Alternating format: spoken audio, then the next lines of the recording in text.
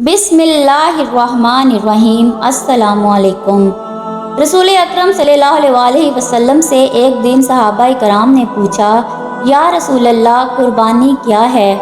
मेरे नबी ने फरमाया, ये कुर्बानी तुम्हारे बाप, तुम्हारे दादा हज़रत सैयदना इब्राहीम अलैहिस्सलाम की सुन्नत मुबारका है।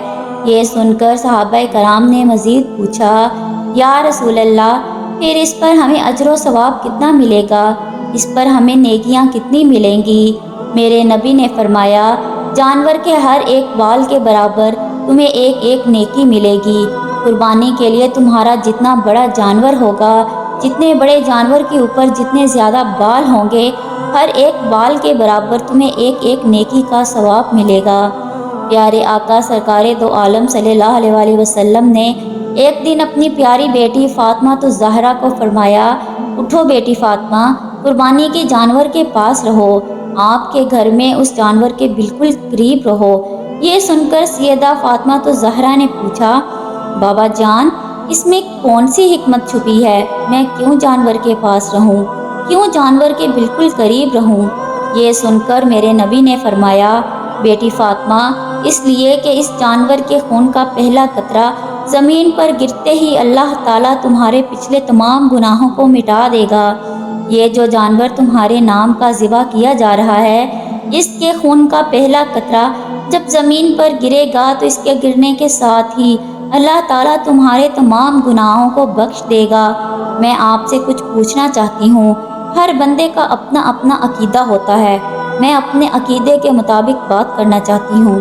क्या हज़रत सैयदा फ़ातिमा तो ज़हरा का कोई गुनाह का दब्बा था जिसके बारे में मेरे नबी ने फरमाया, तुम्हारे पिछले तमाम गुनाहों को मिटा दिया जाएगा? मेरे अकीदे के मुताबिक तो सैयदा फ़ातिमा तो ज़हरा गुनाहों से पाक हैं। सैयदा फ़ातिमा तो ज़हरा ने सारी ज़िंदगी में एक गुनाह भी नहीं किया, एक गलती भी नहीं की, एक ख़ता भी नहीं की। सैयदा फ़ातिमा की ज़िंदगी पाक शफाफ है, बिल्कुल पानी की तरह। इसमें भी एक हिकमत छुपी हुई है। वो हिकमत कौन सी है? वो हिकमत ये है, मेरे नबी कायनात के नबी, नबियों के नबी, नबियों के बादशाह, इतना बड़ा रुतबा रखने वाले खुद को अल्लाह के सामने आजिज़ पेश कर रहे हैं। ऐ मेरे मालिक, मैं भी आज आजिज़ हूँ तेरी बारगाह के सामने। मेरी औलाद तेरी बारगाह के सामने आजिज़ है, खुद को अल्लाह के सामने आजिज़ पेश कर रहे हैं। वो औलाद जो गुनाहों से बिल्कुल पाक है, गुनाह का एक धब्बा भी नहीं है। ये सुनते ही हज़रत फ़ातिमा तो ज़हरा ने अर्ज़ की, अब्बा जान, क्या ये फ़जीलत अहले बैत के लिए है या तमाम मुसलमानों के लिए है? मेरे नबी ने फरमाया, ये फ़जीलत तमाम मुसलमानों के लिए है। रसूल अल्लाह सल्लल्लाहु अलैहि वसल्लम ने फरमाया, जो शख्स साहिब इस्तात होने के बावजूद भी, कुर्बानी की गुंजाइश रखने के बावजूद भी कुर्बानी नहीं करता, माल भी है, दौलत भी है, पैसा भी है, फिर भी अगर वो कुर्बानी नहीं करता तो फरमाया कि वो हमारी ईदगाह में ना आए।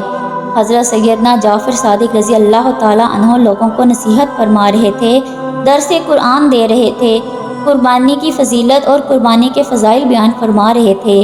इतने में आपने फरमाया कि ए लोगो, हर एक मुसलमान की कुर्बानी कबूल हो जाती है, मगर दुनिया में 3 बदकिस्मत लोग ऐसे हैं जिनकी ना तो कुर्बानी कबूल होती है, ना तो हज कबूल होता है और ना ही नमाज कबूल होती है। लोगों ने पूछा, हज़रत, आखिर वो बदकिस्मत लोग कौन कौन से हैं?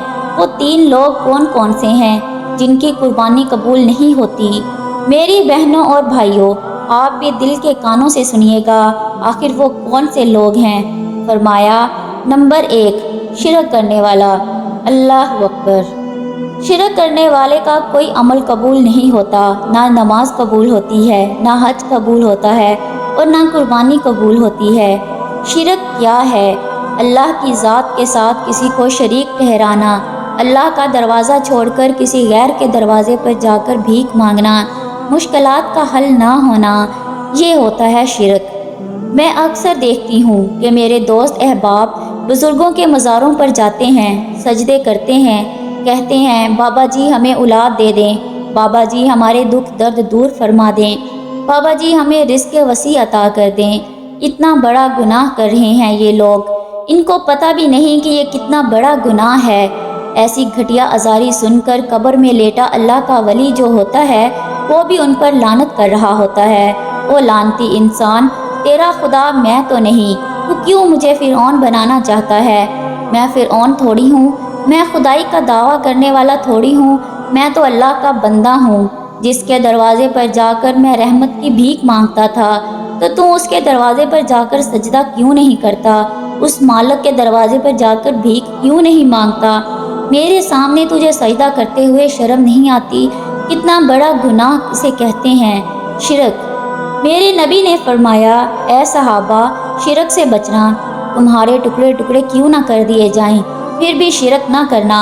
شرک کرو گے تو یاد رکھنا تباہ و برباد ہو جاؤ گے، تمہارا کوئی بھی عمل قبول نہیں ہوگا۔ اللہ اکبر۔ آپ کو معلوم ہے کہ جب کوئی شخص گناہ یعنی زنا کرتا ہے تو اللہ تعالیٰ کو کتنا غصہ آتا ہے، زانی انسان پر غضبناک ہوتا ہے۔ غضبناک کیوں ہوتا ہے؟ مومن جب زنا کر رہا ہوتا ہے تو اس وقت ایمان سے خارج ہو جاتا ہے۔ مومن جب چوری کر رہا ہوتا ہے اس وقت ایمان سے خالی ہو جاتا ہے، اسی لیے اللہ تعالیٰ غضبناک ہوتا ہے۔ مومن جب جھوٹ بول رہا ہوتا ہے اس وقت ایمان سے خالی ہو جاتا ہے۔ مومن جب سود کا کاروبار کر رہا ہوتا ہے اس وقت ایمان سے خالی ہو جاتا ہے۔ اگر ایمان ہو بھی تو کس کھاتے کا ہے؟ اس ایمان کی اللہ کے سامنے کتنی قیمت ہوگی؟ پوچھا گیا، حضرت دوسرے لوگ کون سے ہیں جن کی قربانی قبول نہیں ہوتی؟ فرمایا، جو لوگ حرام کے پیسوں سے بکرا خرید کر اللہ کی راہ میں قربان کرنے والے لوگ ہوتے ہیں، یہ وہ لوگ ہیں جن کی نماز قبول نہیں ہوتی، جن کی قربانی قبول نہیں ہوتی، اس لیے کہ حرام پر شیطان ہر وقت تھوکتا رہتا ہے۔ حرام اپنی اولاد کو کبھی نہ کھلانا، حرام کا ایک لقمہ بھی نہ کھلانا۔ حرام تمہاری اولاد کی آنکھوں سے حیا چھین لے گا، حرام تمہاری اولاد کی آنکھوں سے شرم و حیا چھین لے گا، تمہاری اولاد کو بے حیا بنا دے گا۔ پوچھا گیا، حضرت تیسرے بدقسمت لوگ کون سے ہیں جن کی قربانی قبول نہیں ہوتی؟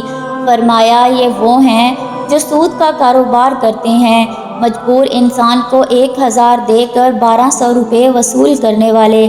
فرمایا، 3 لوگوں کے علاوہ گنہگار ہوں، بدکار ہوں، سیاہ کار ہوں، مسلمان ہوں، کلمہ پڑھنے والا ہو، ہر ایک انسان کی قربانی قبول ہو جاتی ہے۔